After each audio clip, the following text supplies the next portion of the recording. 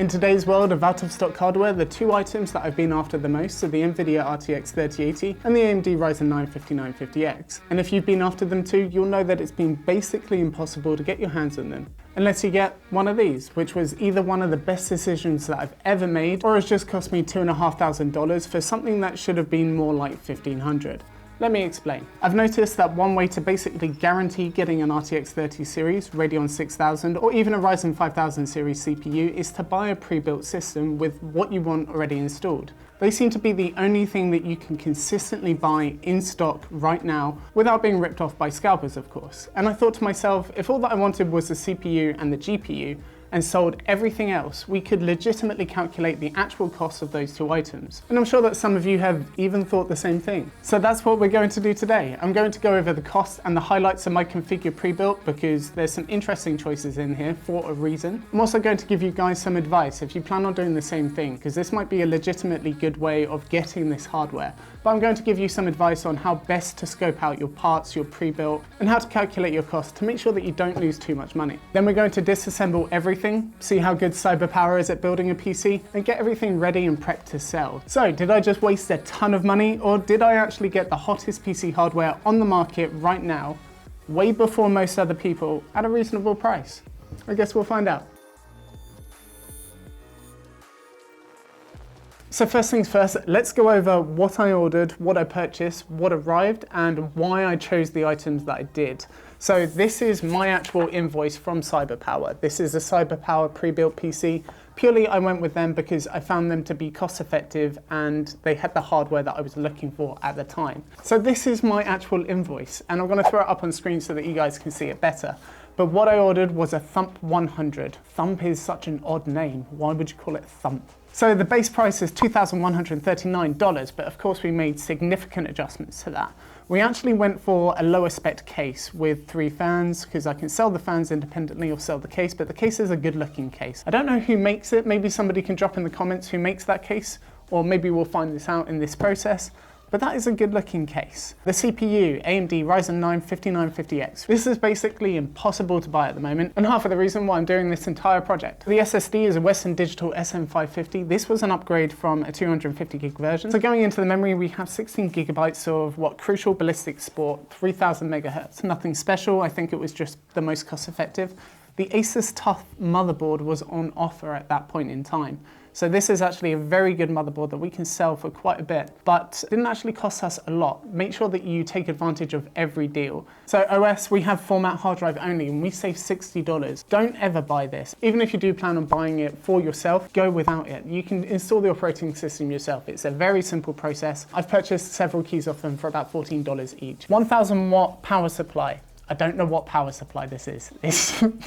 So it's going to be fun to find out. There's actually a similar theme with a more important component coming up. So the video card is a fun one. I could have spent a bit more money to define which video card I wanted, which 3080 I wanted.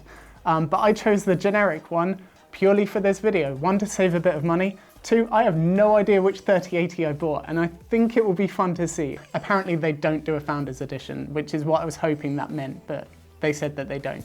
So I got 5% off for spending over $1,300. Subtotal $2312.30. Sales tax for Connecticut, and then UPS shipping was free. So that brings our grand total to $2,459.13. So we're basically going to round that up to $2,500. Now, that's a lot of money, but bear in mind that an RTX 3080, you're looking at like $700 to $850, and the 5950X is $750. These are both pre-tax as well. So if we relate that back to the subtotal of this invoice, we need to make about $812.30 for this to be at least break even at this point. And that's why I tried to maximize what I could with different promos and deals. It's all about return on investment. So that is a great and glorious list of hardware, but why this hardware choice specifically? I had a lot of room for customization with cyberpower, but I chose this list specifically because everything other than the CPU and the GPU, I inputted into PC Part Picker, and this is what you should be doing if you plan on doing this yourself. See what number it spits out. So as I said before, we're spending about $800 on everything other than the CPU and the GPU.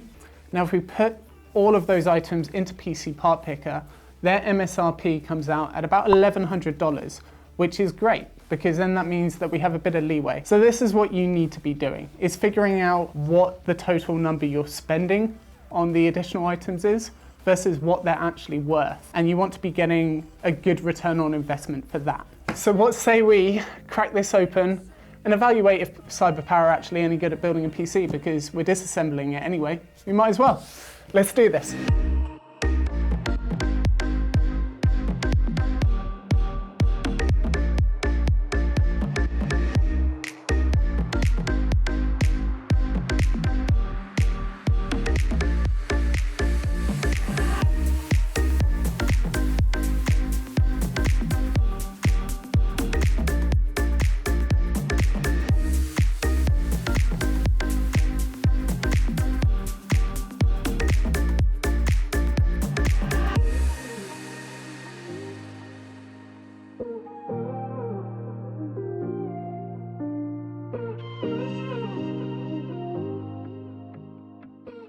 So this is the Thump 100.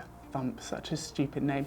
But put the stupid name aside, it actually looks really quite good. I changed the lighting over to blue and pink, which I think looks really nice. Has one of those RGB remotes that you can change the color on, and this effect I think looks really quite good. The way that they've plugged everything in is to the same RGB controller. So we've got the deep cool captain and all of the fans being controlled off the same controller, so they all synchronize, which is great. I mean, you could have plugged them into Aura. Either way, they all synchronize. That's a good user experience for somebody who's just purchased this. But let's talk about this GPU. As you probably recall from the invoice, generic GPU is all that I knew before opening this up. And what we actually got delivered was a Gigabyte GeForce RTX 3080 Gaming OC edition. This isn't bottom of the barrel. So I actually lucked out on going for the cheaper option on CyberPower's listing and actually getting this GPU. I'm very happy with that outcome. But let's talk about what CyberPower did well and where they didn't, because there's a few things in there where you're just like, what? Why would you do that? So let's go over the good things first. Firstly, the cable management is pretty acceptable. It's not spectacular, but then again, it is well managed. It's loose enough for a bit of play. And they also wrapped electrical tape around the RGB connections, which is great because they can disconnect from one another far too easily. Other than that, looking around the system, there's no obvious flaws. It is running dual channel. One thing that I do like is that both PCI powers are independent cables coming off the power supply, which is better for stability, and especially running a 3080 card. That's a good option to have. The cooler's orientation is not the best, but it's absolutely fine. Your air bubbles are gonna get trapped up there, although they could feed down to the pump, but it's fine. I mean, it's not the end of the world. And the case came free of dents, but it didn't come free from other stuff, which leads us onto the things that were maybe not so good about this. There's stickers on the case that held the plastic wrapping for it, and they left the nastiest residue, which was in some cases quite easy to come off, in other cases, not so much. And speaking of residue, this entire case was littered with fingerprints and oils from whoever assembled it. It is a $2,500 computer. I shouldn't be needing to clean it before I've even turned it on. You should have some sort of QA in place to just give it a once over with a microfiber cloth. That's just a bit silly. $2,500, clean it. And last but not least, where the hell is my PCI slot cover? Why was that even touched? Why did you need to take it out? Like, I just don't understand. Like, why? But otherwise, you know what, they did a good job. But I am going to give them a call and ask for my PCI slot cover, because I understand that you needed to take two for the graphics card, but why was this one even touched? Like, what? Like, where did it go? It's not in the box, it's clearly been unscrewed, but why was it unscrewed? It's not part of the accessories kit. Oh. Actually, speaking of the accessories kit, let's go get that. The accessories kit. So, this is what was delivered with it. The important quick start guide, which actually has your remove expanding foam thing out of there. Make sure that you don't set your computer on fire, but that's fine, we knew that. Product warranty, 4-year warranty on this graphics card, that's not bad at all. Tough Gaming user guide, that's good to have. You're gonna need your motherboard's documentation at some point. Asus stickers, most important thing on a $2,500 computer. Oh, Asus coaster. Your Wi-Fi antenna, it's good that they include these because this does have Wi-Fi. And the Asus Wi-Fi antenna is quite nice. Now, the one thing that I forgot to even think about in this whole endeavor, when you replace the cooler, you quite often replace a mounting solution that comes with AM4 motherboards, because they'll typically mount directly to the backplate. But it's good that CyberPower have actually included the original top mount for that. because this will help us resell the motherboard. So, and otherwise, this is the mouse that I bought as an accessory. This was like $9 for like a $45 mouse. This is a good item to buy to resell because we can make some money back from that. And this is one out of the 2 keyboards. The other one is on its way. They had to send that in a separate package. But otherwise, that is it. And now it's time to take apart this computer and see what we have to work with. So let's do that.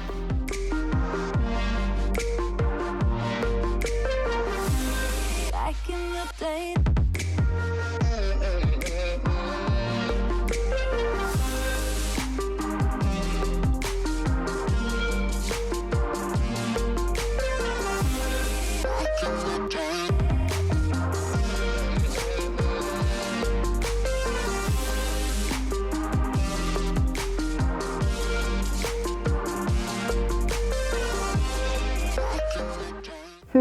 Here's an interesting thought.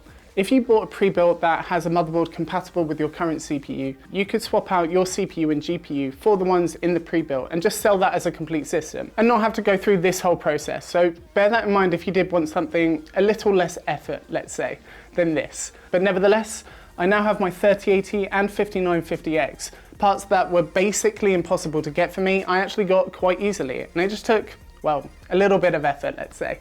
So what I'm going to do next is list all these parts online. And I'm going to be completely honest, they're new other, as in came from a new system disassembled to sell on. Because if you've ever been scammed on the used market, you'll know that it's very important to be honest, because just be a decent person at the end of the day. Nevertheless, that's probably going to take me a couple weeks, so check out the video description for different systems that you could try this yourself with. Ones with RTX 30 series GPUs and Ryzen 5000 CPUs. Stay tuned for part 2. If you're not subscribed, get subscribed, turn on notifications, make sure that you don't miss the follow-up video where we're going to go through the whole montage, sell everything, and figure out how much money the 3080 and the 5950X actually cost me. It should be quite an interesting video, but otherwise guys, a like is always appreciated, and I will see you in the next one.